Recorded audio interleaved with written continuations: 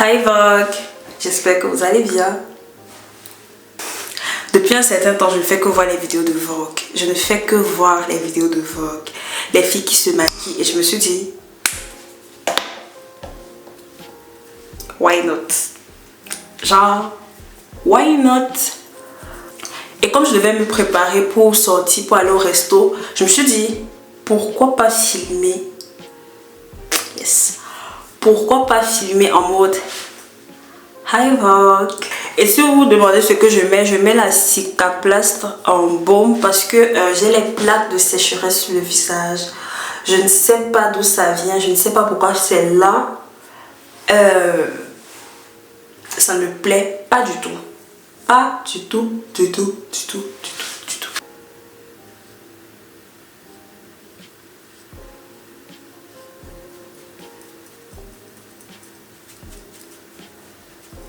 Les gars, je me posais vraiment la question de savoir, est-ce que c'est réellement grave d'être célibataire à, je sais pas, 27 ans? Est-ce que c'est réellement grave d'être célibataire à 27 ans? J'ai rencontré quelqu'un qui m'a dit, la personne m'a clairement dit, une femme, la personne m'a clairement dit qu'elle a discuté, elle discutait avec son groupe de potes et avec ses amis en couple. Elle ne se voyait pas être en couple. Genre qu'elle voyait comment leur couple était, les concessions qu'il faut faire pour qu'un couple fonctionne, tout ce dont tu dois te priver entre guillemets, ou tous les changements que tu dois faire dans ta personnalité, dans ta personne pour que ton couple fonctionne. Et la personne m'a dit qu'elle ne se voit pas en train de faire ces changements-là d'ici tôt. Et je me suis demandé, est-ce que c'est vraiment grave pour une personne, tant que la personne assume derrière ce qu'elle a dit, mais est-ce que c'est vraiment grave pour une personne de ne pas vouloir vivre avec quelqu'un, de ne pas vouloir se marier? Je ne sais pas si vous avez déjà posé la question, ou si, est-ce que si vous êtes en couple aujourd'hui, est-ce qu'il y a des fois vous regrettez clairement votre vie de célibataire, votre vie où vous n'étiez que vous-même avec vos amis et les quelques flirts que vous aviez sur le côté? Est-ce que vous regrettez vraiment cette vie-là? Et est-ce que vous vous demandez clairement qu'est-ce que la vie de couple m'apporte? Parce que je pense qu'aujourd'hui, on est dans une société où il y a tellement d'avantages à être en couple. En tout cas, on nous montre tellement d'avantages à être en couple. Rien que les avantages financiers, oui, les avantages financiers, que ce soit au niveau des impôts. Quand tu es marié en couple, apparemment tu payes beaucoup moins d'impôts. C'est plus facile de faire des projets que acheter une maison quand tu es en couple. Quand tu as des enfants, les banques te prennent plus vite de l'argent. Tu as accès plus rapidement à des prêts bancaires, etc. Parce que tu es en couple, parce que tu es marié, parce que vous êtes deux. Bref, la société fait en sorte que le modèle idéal soit le fait d'être en couple et on ne valorise pas vraiment les gens qui sont seuls. Du coup, on veut tout faire pour que le monde, pour que nous soyons en couple, pour que nous soyons deux, 3, 4, 5. Et je me demande si, est-ce que vous avez déjà posé la question sur déjà pourquoi et est-ce que c'est vraiment fait pour tout le monde? Ok, j'ai changé d'endroit et je pense que c'est mieux parce que là, c'est tout droit. Et est-ce que vous avez déjà posé la question, est-ce que ça vous va réellement d'être en couple ou est-ce que vous vous mettez en couple parce que vous avez la pression, une pression qui sort de quelque part dans le cercle familial, amical? Franchement, moi, je sais pas trop ce que j'en pense.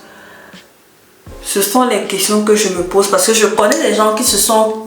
j'ai déjà entendu parler, je ne connais pas, voilà. J'ai déjà entendu parler des gens qui se sont mariés juste parce que ils voulaient diminuer leurs impôts, like.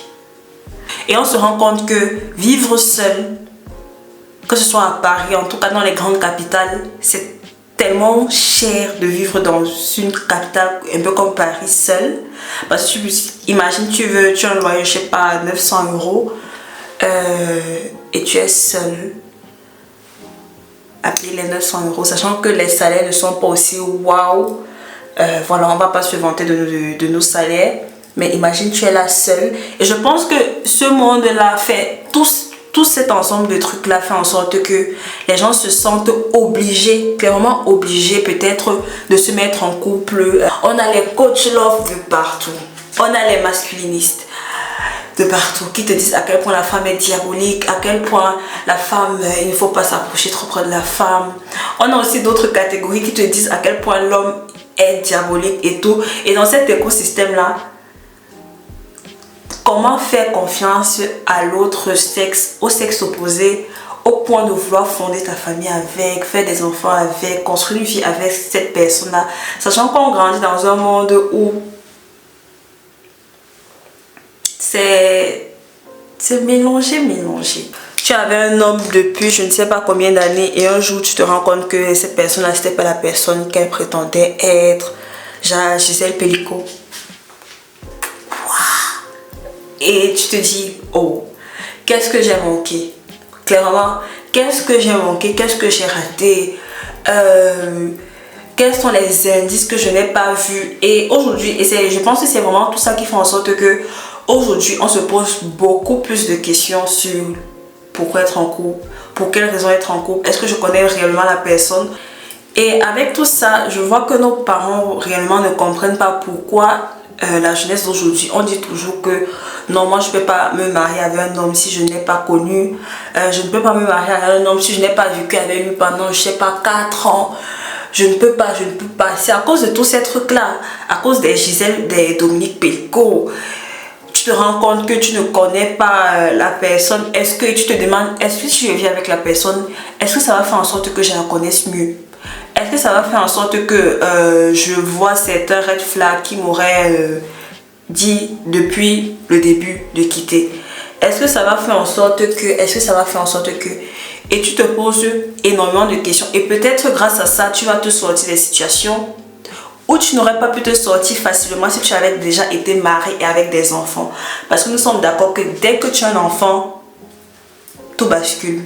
Dès que tu as un enfant, ta vie change. Et la personne qui te dit le contraire, la personne ne t'aime pas. Voilà. Les couples, c'est tellement du cas par cas. Et je ne sais même pas quel message j'aimerais vous passer aujourd'hui. C'est, je ne sais pas trop. Peut-être c'est ne vous laissez pas entraîner dans le train du c'est ça qu'il faut faire. Non. Faites à votre rythme, la façon dont vous voyez les choses, en fonction de qui vous êtes, en fonction de vos ambitions par exemple. Il y a certaines personnes qui savent qu'elles ne peuvent pas se mettre en couple aujourd'hui parce que le fait de se mettre en couple, c'est voir tout à deux. Du coup, tu ne peux pas déménager dans un autre pays facilement quand tu es en couple parce que tu dois aussi voir les ambitions de l'autre personne.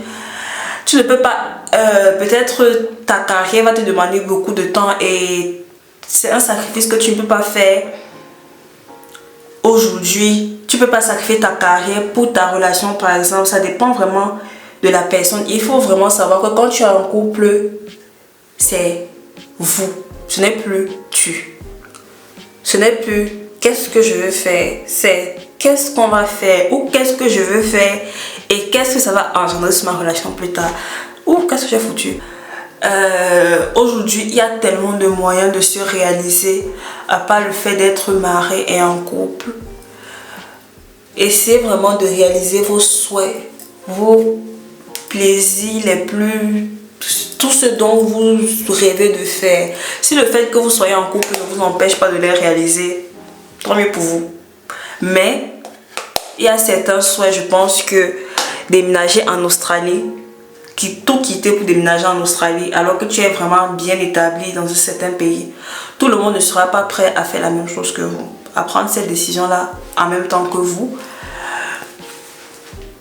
C'est à voir. C'est un peu ça ce que j'avais à vous dire, le petit message que j'avais à vous faire passer. Faites attention à vous, ne soyez pas pressés. Parce que c'est quand on est pressé, stressé, qu'on prend les plus mauvaises décisions. Soyez égoïste, faites les choses en fonction de vous. Si vous voulez aller visiter toute l'Asie, toute l'Afrique, si tu veux faire le tour de l'Afrique pendant 2 ans avant de te marier, fais-le. Si tu rencontres quelqu'un qui partage la même passion que toi, c'est encore mieux. Franchement, c'est tout ce que je vous souhaite. Mais faites attention. Ne choisissez pas quelqu'un par dépit. Ne choisissez pas quelqu'un par dépit. C'est le meilleur moyen de choisir la mauvaise personne. Et je pense que le dernier réel conseil que je peux vous donner, c'est si vous baissez vos critères, gare à vous. Voilà. Clairement, il faut être au fait des réalités.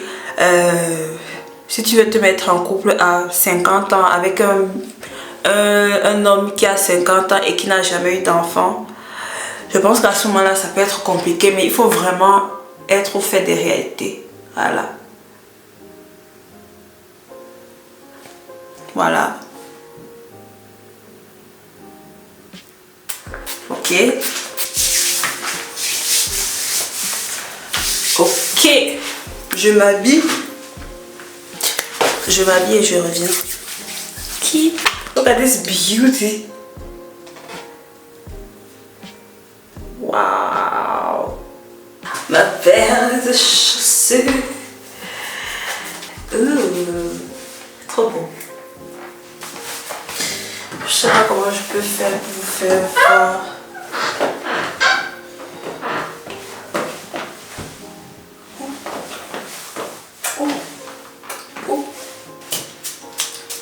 Ready to go.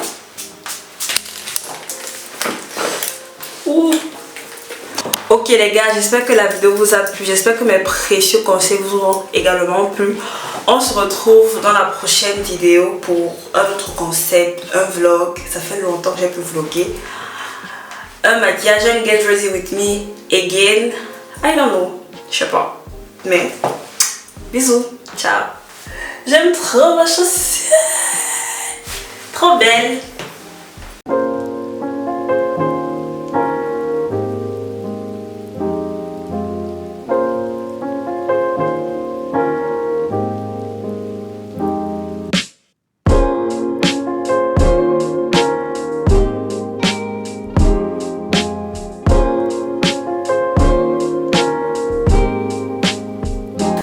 Les gars, je viens de rentrer. J'ai bien mangé. Oh, bon petit resto, bien chill, des petites musiques camerounaises et tout. Petite vibe. Bien mignon, bien chic, bien tout. Everything's gonna be alright.